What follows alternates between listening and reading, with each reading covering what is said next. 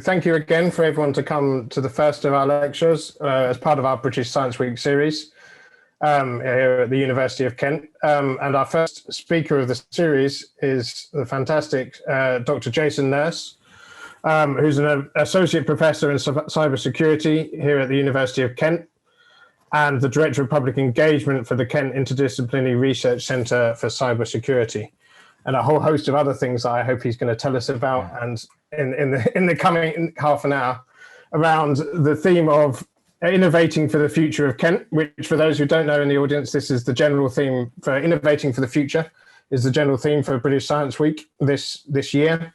And so Jason's going to talk to us about his vision for innovating for the future at Kent, and particularly around the fight against online misinformation and fake news. Over to you. Thank you for talking, Jason.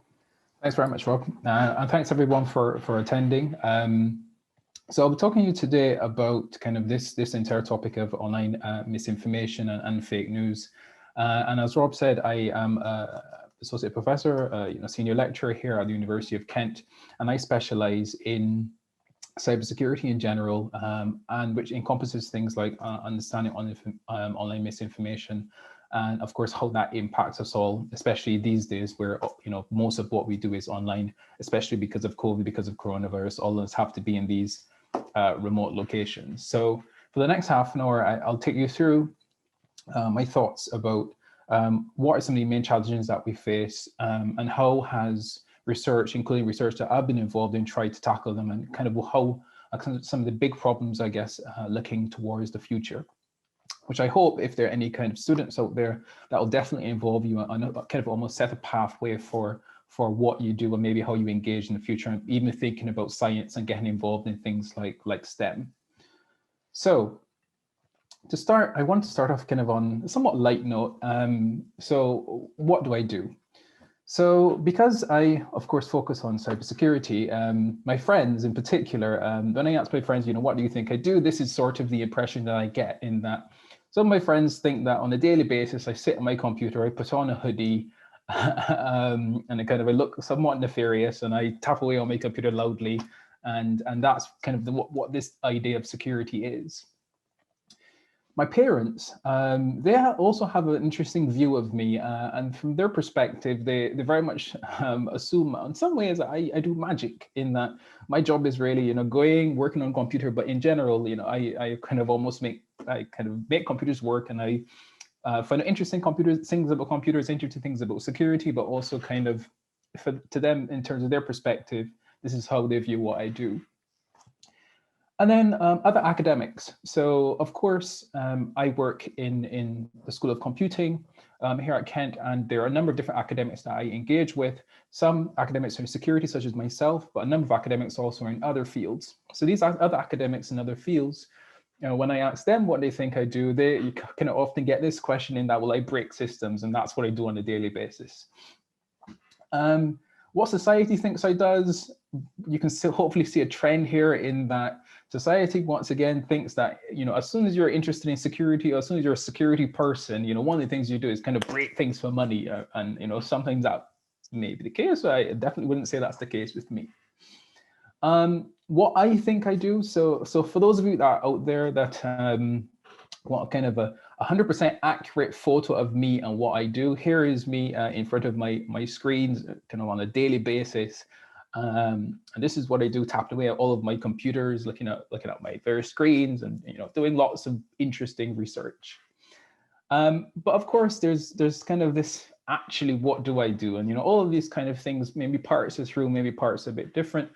But actually, on a day-to-day basis, my job involves, sitting on the computer, typing away, doing interesting bits of research. Of course, I do lecturing as well, and all of that kind of is involved when it comes into research and kind of studying and academia. And from my part, at least, my part of as it relates to kind of this idea of science. So what I want to talk to you about today is this idea of the online world. It's very prevalent, and it's very important to us all, especially in times like these, where the online world drives how we engage and what we actually do. So internet in general, these days it's used incredibly to communicate. You can send a message now on any platform you want, whether any social media platform, email, and so on, and have that message received across the world.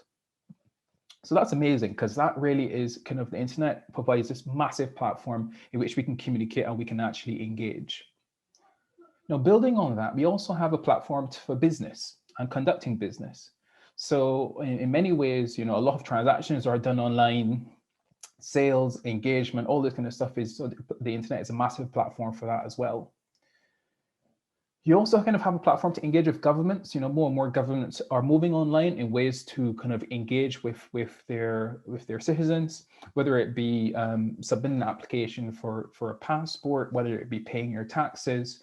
All these kind of stuff are ways in which the internet is actually used, and it's kind of how embedded it is in society today. And then also you kind of have, let's be frank, a lot of us use the internet for gaming, for entertainment, things like Netflix, Disney Plus, Amazon, and so on. And of course the massive gaming platforms. The internet, especially in times like these, the net has been very advantageous in kind of just keeping us, entertaining ourselves and keeping our spirits up.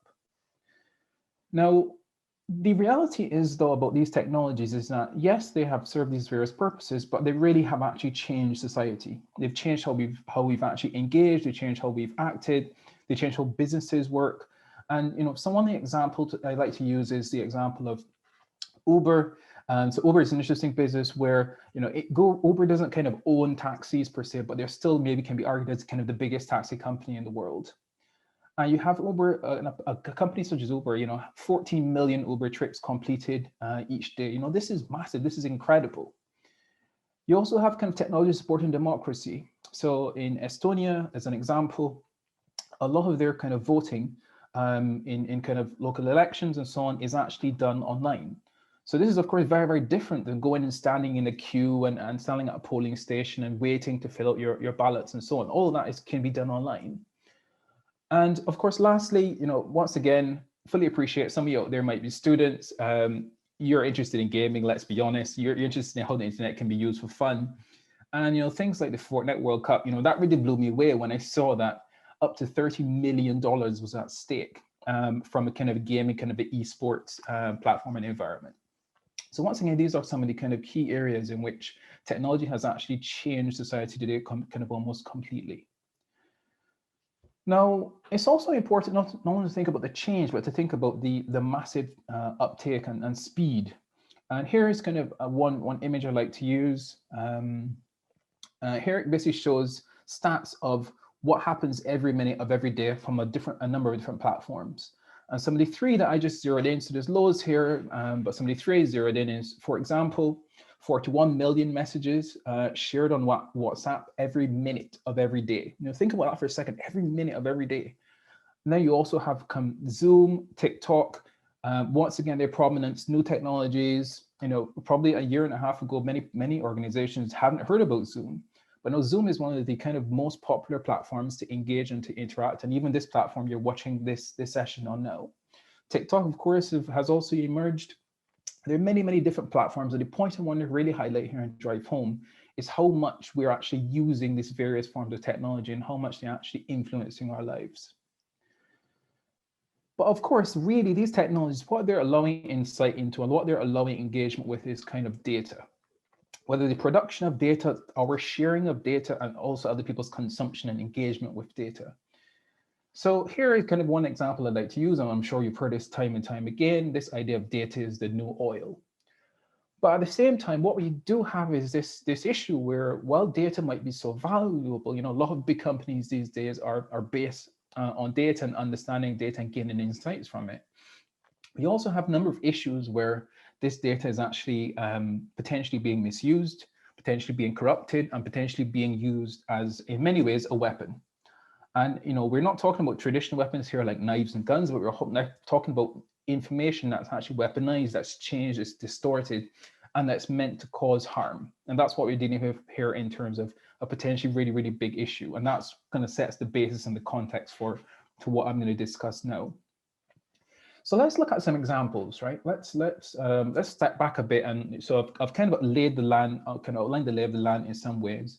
Now I want to look at some examples of the challenges we really face when it comes to dealing with information and misinformation. So the first one is, if you can see on the left, you have this. This is during Hurricane Harvey in the US a few years ago. And someone posted this photo online, and they said, believe it or not, this is a shark on the freeway in Houston, Texas. Now this was, as you might be able to see, hopefully, but basically it was retweeted 18,000 times. It has over, that's over probably about 150,000 likes. And you can see here, the really big issue is that this actually is fake. Someone took this image from somewhere else and posted it and claimed that it was actually on the freeway in Houston, that it was completely, overflowed, completely flooded, and that actually there's a shark swimming on this freeway. Completely fake, but recognize how much it actually was circulated. Now, on the right, you also get another image, and this says, Paris right now, truly remarkable, not afraid. And this was around the terrorist attack. And here you, once again, you see 33,000 retweets, 44,000 likes, when this image was actually taken from somewhere else and wrongly associated with this actual event. And here you really see kind of the challenge we're starting to deal with, because you see that these images are actually being placed and used in the context of what is essentially misinformation. They're being used to support a fake comment or an inaccurate comment, and people are actually believing them and sharing them with others, and therefore kind of propagating this misinformation. Now let's look at some much more recent examples. Have to do, doing a talk like this, you have to mention kind of the elephant in the room almost in things like COVID, things like 5G. So here are some examples of what people have been saying online and the kind of issues when it comes to COVID and 5G and the misinformation around them. So on the left, you see kind of someone holding up a poster or a placard, basically saying COVID is a hoax. It's basically kind of set up by the government, is brought to you by Satan, all these kind of things. On the right, you see kind of COVID-19 is a hoax, 5G is actually the real killer, and people kind of wearing shirts and spreading messages, say no to 5G. And once again, all of these, the challenge here, the real issue we're facing here is, these statements put up that they lack credibility, but they're really kind of scaring people, and they're kind of propagating this misinformation and kind of spreading it and really causing some really dire impacts. And once again, to focus on these direct impacts, kind of give you an example here for kind of 4 general stories that highlight the kind of the damage that misinformation and kind of fake news can actually bring, why it's actually such a bad thing in society today. So firstly, at the top, kind of this idea of kind of the reality, actually, I'm not sure if you knew this, but a study was done and it was found that actually false information actually spreads much faster than true information. Now, of course, that's a big issue because we get people kind of sharing content, as I showed you in some of the previous examples, much more sharing false information, which might be much more attractive to share because it's much more kind of, it's almost like it gets people kind of really, it's quite emotive. And then also the reality of that, imagine that information is shared so quickly, but then you also have stories highlighting that, well, actually hundreds are dead or 100 people have died because of COVID-19 misinformation. So maybe they read something saying, drink something because it will make you better, and that thing actually ends up killing them. Or good examples, of course, being with 5G, where there've been a number of attacks on 5G phone mask. Because people believe that 5G is linked to COVID or kind of misinformation around that. And then kind of lastly, focusing on this idea, which is a big challenge we're actually going to face and governments are facing now, is this issue of, well, what happens now that we have a vaccine and people decide actually not to take it up because they're kind of anti-vax and anti-vaccine movements that are saying that, well, this is basically injecting you with something to make you feel worse or so on. So these are kind of all the issues that occur when it comes to this idea of the kind of bad impacts of this misinformation.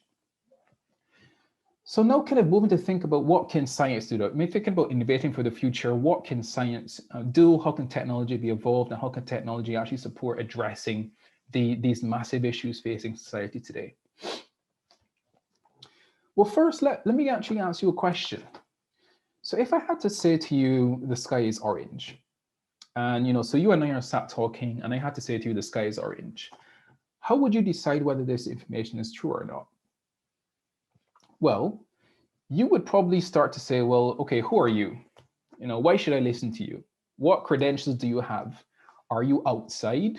Can you see the sky? Is this information recent? Did you find out this information 5 years ago? All these type of things are things that be going through your mind to allow you to assess whether this information is true or not. So if we kind of summarize that from a human to human perspective, you would look at, if someone tells you something, you would look at who is the person. You would look at, is the person an authority on this topic? You would also look at how recent or how timely is this information? When was this information gathered? Was this gathered last year? Was it gathered 5 minutes ago? Even things like proximity matters and location. Because if I'm telling you that the sky is orange and I haven't been outside for the entire day, well, why would you assume that information is accurate? So these are the type of things that as humans, as we engage with each other, these are the things that we will think about if someone tells us a bit of information. Now, from a computing side of things, thinking about the science now, what we've been trying to do is to try to use these similar factors to actually make programs and make software that can actually do these type of assessments. So let's say we had a bunch of different information, potentially conflicting information.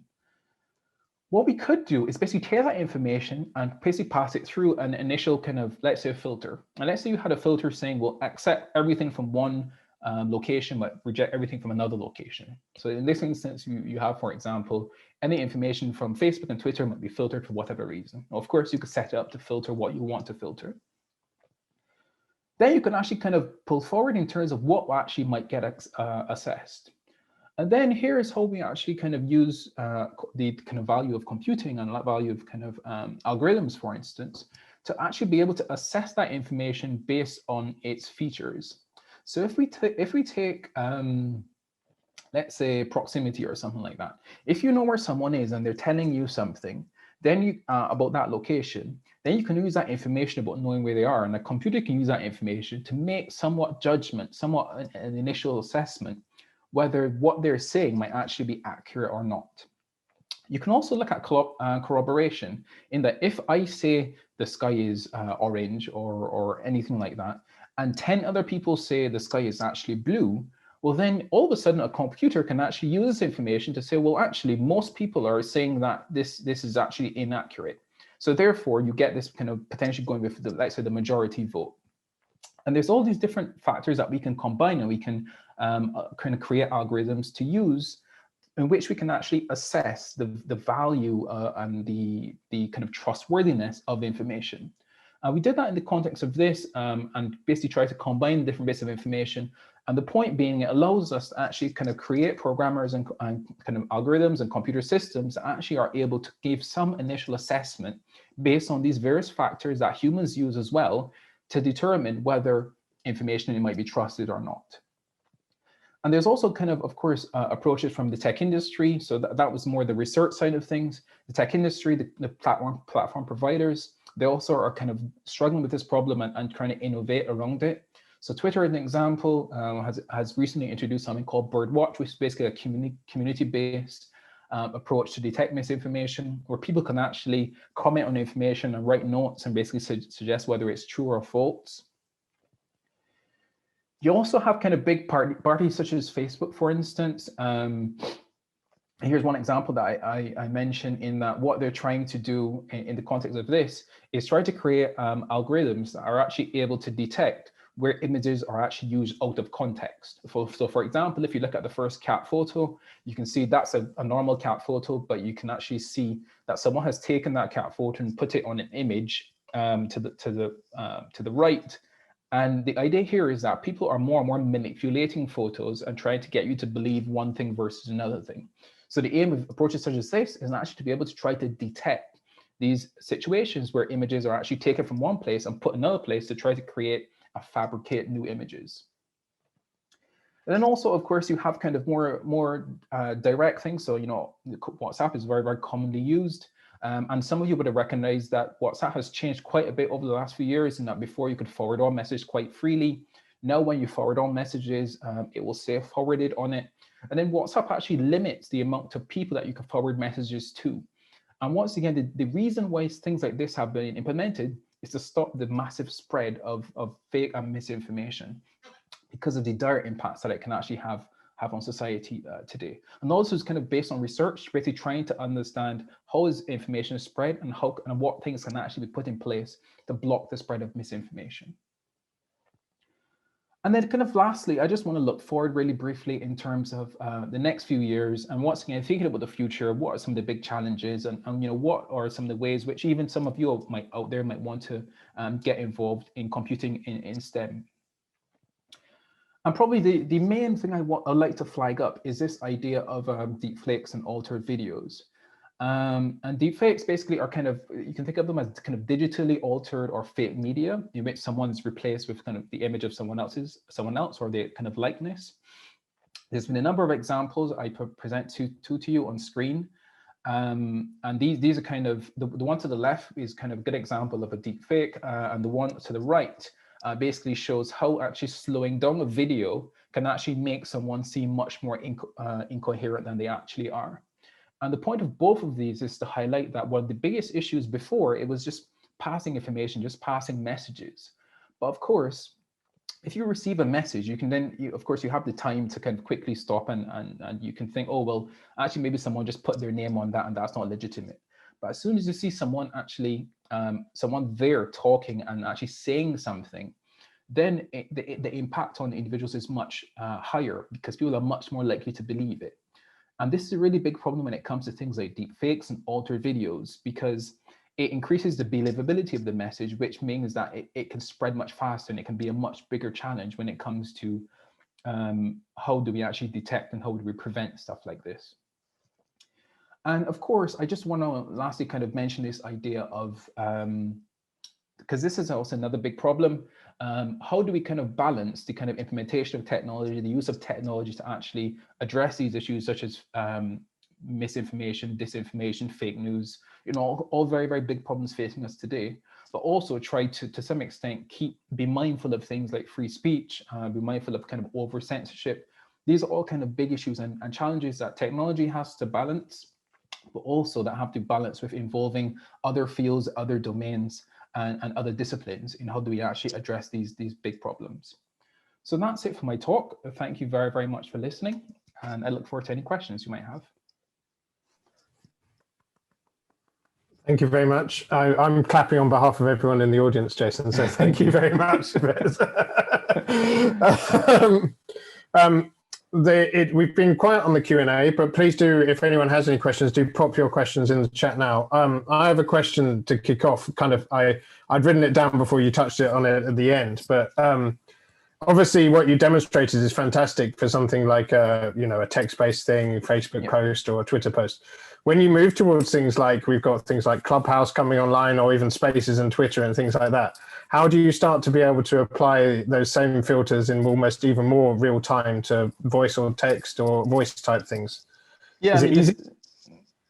Yeah, I completely agree, Rob. It's a massive issue, and it's extremely difficult to do. It's definitely one of these areas that's still very much kind of research in progress, because firstly, the speed, and then secondly, the fact that people will post these things again and again.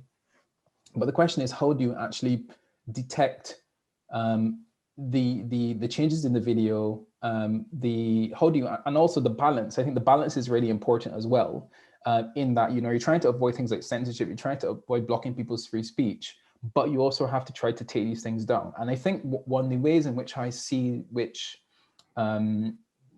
started being approached in some ways is to try to have some manual support, some manual involvement. So you have individuals, a set of individuals, and fact finders, and BBC Reality Check and Full Fact. There's a lot of platforms and organizations now that are trying to support this issue of detecting fake information. What's happening is these organizations might provide almost like, let's say, a basic set of news stories, and they'll kind of manually annotate whether they're fake or not fake. And then this information could be passed into algorithms, AI, and so on, then that can actually try to learn how this fake information sort of look like, how is it disseminated, how does it propagate, and try to learn from that. And then basically in the future to detect, once again, other bits of fake information and misinformation. But it's an extremely difficult problem, extremely difficult. It is interesting. I mean, I could talk for a long, I might come back to this in a bit, but there has been a question in the chat from Caio Ribeiro. So thank you for that. And he or she asked, apologies, I don't know your gender. You mentioned WhatsApp has limited number of forwarding messages between groups. Was this a reaction to something specific, or have they recognized the app's role in misinformation in general? So did they respond to something, or was it they were being more self-aware and decided to change? It's a bit difficult to know exactly why they did it. It's probably a bit of both, if I had to guess, because I think WhatsApp in particular has, I think some research has tried to delve into the extent to which it has been, it and a bunch of course other platforms have been supporting is probably the bad word, basically not blocking misinformation, the spread of misinformation. I think basically it was probably recognized that this information is spreading very quickly on platforms such as WhatsApp and of course the closed channels and so on. So I get the impression that it was a bit of both. And then based on that, then it was decided, okay, well, you know what, it's probably best to limit this, at least for the meantime, especially around things like elections, things like, of course, currently in this kind of COVID period, of course, even now as it relates to vaccines. But it's a really difficult one in terms of how do you do this. I think all platforms are still innovating and trying to figure out what's the best approach to deal with the issue of misinformation and fake news. Thank you. I have a question related to that that's come from Hannah, which is, why do you think misinformation on social media has gained so much momentum in 2020 in particular? And do you think this problem is going to continue growing in the next few years? Or do you think tech companies will start responding to it? Or where's the balance? Yeah, I mean, it's a really good question, Hannah. Thanks. I think it probably grew quite a bit simply because of COVID in particular, because of elections. And I mean, the amount of, I mean, COVID probably has the biggest impact, but it's just the nature of I think us as a society and how we're moving in that much more we're moving online. And that means that everyone is engaged with the online platform, much more people online. And it's basically the place in where if you want to trick someone, if you want to scam someone, this is where you go to do your business, to do your work. And I think we've seen time and time again, the impact that the online world can have in the offline space. I mean, one of the good examples even as well is, the fact that, some people read things online about how to cure themselves from COVID and ended up committing suicide. So I think all of these things, I think the nature of it is that it's probably a progression for society. And this relates a bit to my earlier point in that data is the new oil, and how we're kind of gradually moving and more independent in terms of data, information. The biggest companies in the world are companies that know how to exploit and innovate around information. So, I mean, I do think it's going to unfortunately continue for quite a while, especially given the nature of issues such as deepfakes. I mean, right now, deepfakes, generally speaking, are not in the hands of everyone. The ability to do it is not in the hands of everyone. But as soon as you get a wider side of the population, particularly the more malevolent individuals with the ability to do this, then you might actually see much more posts. So there's really a massive question here on, of course, how do we detect deepfakes and other bits of misinformation? And then, of course, secondly, how do we kind of educate people for the ones that we aren't able to automatically, that platforms aren't able to automatically delete? But how do we actually kind of educate individuals to be able to spot them and not to act based on them, and definitely not to share them on wider? Thank you. There's been two questions that have kind of prompted from that that I'll pick up now. First one has come from SAS85. Thank you very much. Who says, as a mum, I found it easy in the beginning to identify fakes when my kids thought it was real, for example, ghosts, as an example more generally. But they have found it increasingly difficult as the tech has become more savvy. Are there more parent-friendly tools that they can use to kind of help show that a picture or a video has been altered in any way? I think at this point in time, I mean, this is a really great question. Unfortunately, there isn't, not especially parent friendly. I mean, at this point in time, when it comes to issues such as fake news and trying to kind of keep up to date on, in general, I usually kind of try to use things like BBC Reality Check and different platforms such as that. Unfortunately, and this is really a really big issue in that we're not even to the point yet where, you know, if I have an image to kind of, for me to be able to kind of find out definitively whether it is real or not. So, and it's a really big problem, to be honest, especially, and I really appreciate that coming from a mum, in that, you know, parents in general, you will have your kids sometimes coming to you with messages, and it might be difficult for even for you yourself to know, well, is this real? Is this fake? You know, what is this? And I think that's a really, really big problem, but it's something that, as kind of a research community in technology as well, and tech companies and so on, it's a problem that we're going to have to address over the next few months. And again, building from that, again, particularly, I guess, around the deep fakes, because I saw, for example, the recent deep fake of Tom Cruise on TikTok, yes. which was, Yeah. was surprisingly good. And it was slightly weird, but you assume Tom Cruise is going to be a bit weird, so you let it go. But it's coming from Daniel Jolly, which says, do you believe that misinformation on new platforms, such as TikTok, are more worrying than for other platforms, more text-based platforms like Twitter? And if so, why? There appears not to be robust policies around how to deal with information on that platform, I guess, implying TikTok. And we know that videos are more engaging, people engage with them much more, and it's easier to spread because you identify with it more than compared to text.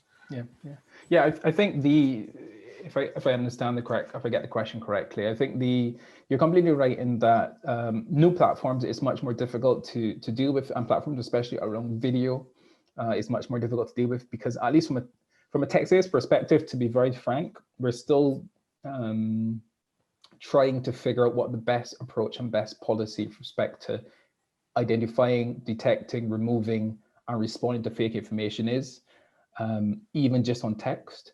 So as soon as it comes to video-based platforms where the engagement is much higher, and to be frank, especially these days, younger people, you know, kids, teenagers, and so on, with much more platforms such as TikTok and so on, and that content moves very, very quickly, right? And one of the issues there is, of course, how do we actively be able to detect, remove this type of information? And you're completely right. I mean, one of the difficulties, I mean, I'm not very privy to the platform, the TikTok platform, so I can't really talk in depth about it, but I can appreciate for a newer platform that's especially targeted around video, it's going to be extremely difficult to actively and very quickly be able to kind of detect and respond to fake news and misinformation and video, especially things like deep fakes. Even if you have people manually annotating things, they might not be able to detect it. If you watch a good deep fake, you yourself won't know that it's actually a deep fake. And this is where the real challenge comes in. You know, if someone releases a video, a deep fake video, claiming to be someone prominent and saying that, you know, that, you know, something about 5G or something about coronavirus, then there will be some people that believe it and that potentially act on it very quickly. I think what we really need to get into is, and really need to be concerned about, especially now, is the exposure of this type of information to the younger community, because I think they're much more impressionable. They're probably not as skeptic as us, that are maybe a bit older. So I think that's really where I would like to really see more innovation, if I'm honest. Thank you. And the last question that we have so far, but please bring them coming. This has been quite an interesting conversation so far, I think. Okay, is from Vishal, who says, and actually builds up nicely from this, but comes down to more of the criminal side of things. Do you think that propagating false information is a more serious criminal offence? Or propagating it, if we made it more serious as a criminal offence, would it act as a deterrent? Or because in many cases it originates from outside the UK, would it even be enforceable? So it's a very, very good question, a very difficult question.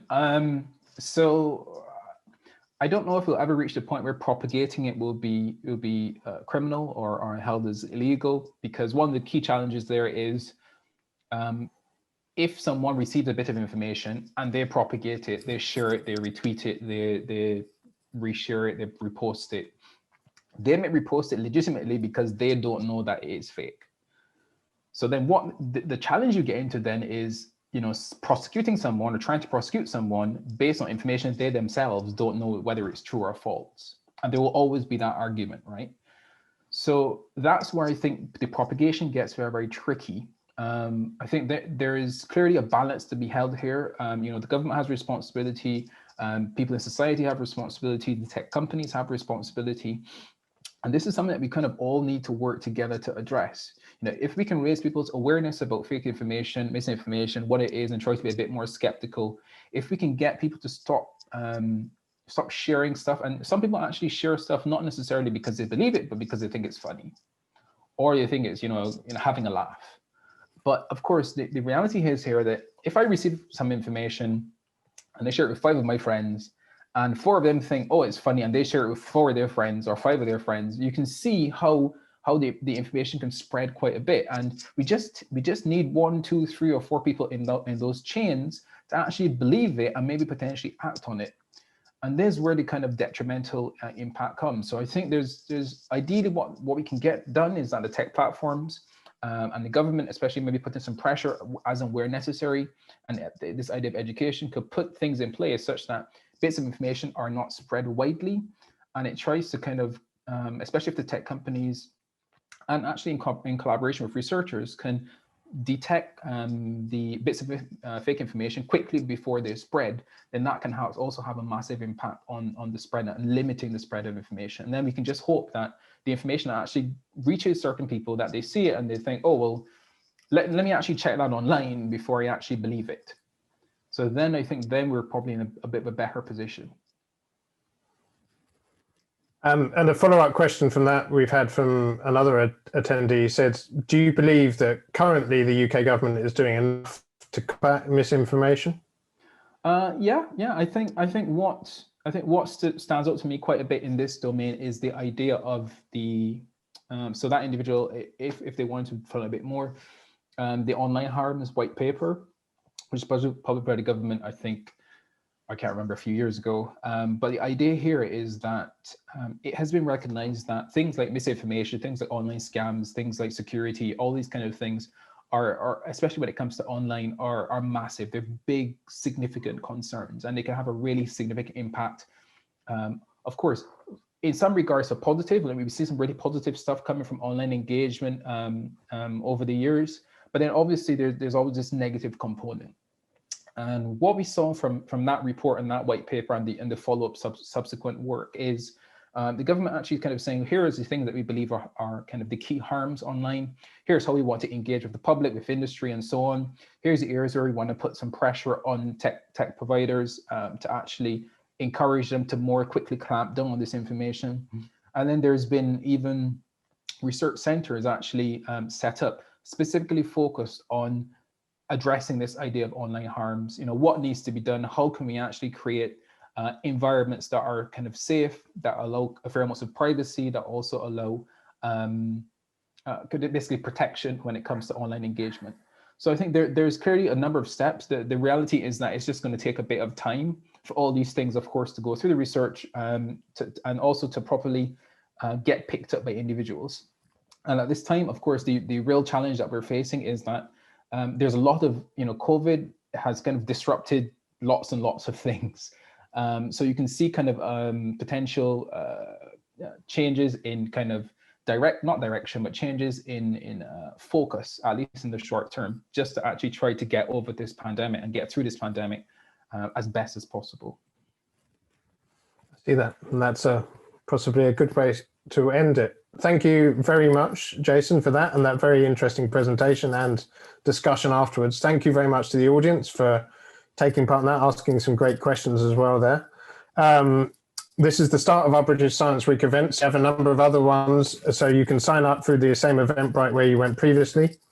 If you would like to join any of our other events throughout the rest of this week.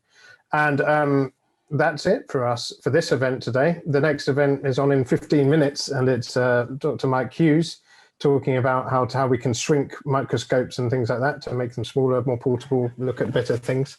So that's the next event coming here. But that is it for Jason. Thank you very much to Dr. Jason Nurse, and hopefully hear from you soon. So thank you. Thank you everyone for attending, everyone. Thanks. Bye. Thank you, Jason.